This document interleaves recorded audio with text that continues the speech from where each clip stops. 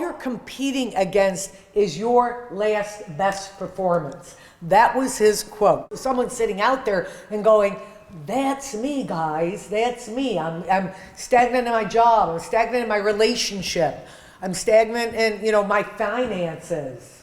I agree. It's I think nowadays we're measuring up to other people, and our expectations follow that. Yeah. And I think we should stop doing that. We should stop measuring ourselves against the neighbor, against the friend, against the relative, against your sibling, or even against what your parents want of you, right?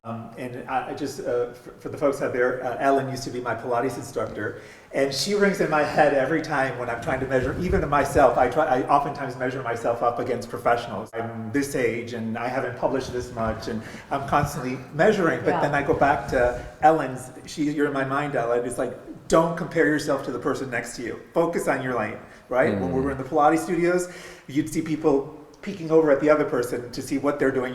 You were very clear, focus on what you're doing and don't worry about your next door neighbor. I was very fortunate that, and many of you have heard me talk about my father, that it's something that he drilled in me at an early age. And even as I started in business, he said, know what the competition's doing, know what other people are doing in this lane you're trying to pursue, but never compete against them. He was a football coach. Because I'd always tell my players, we know what the other team's skills are in this and that. All you're competing against is your last best performance. That was his quote. That's all you should be competing against.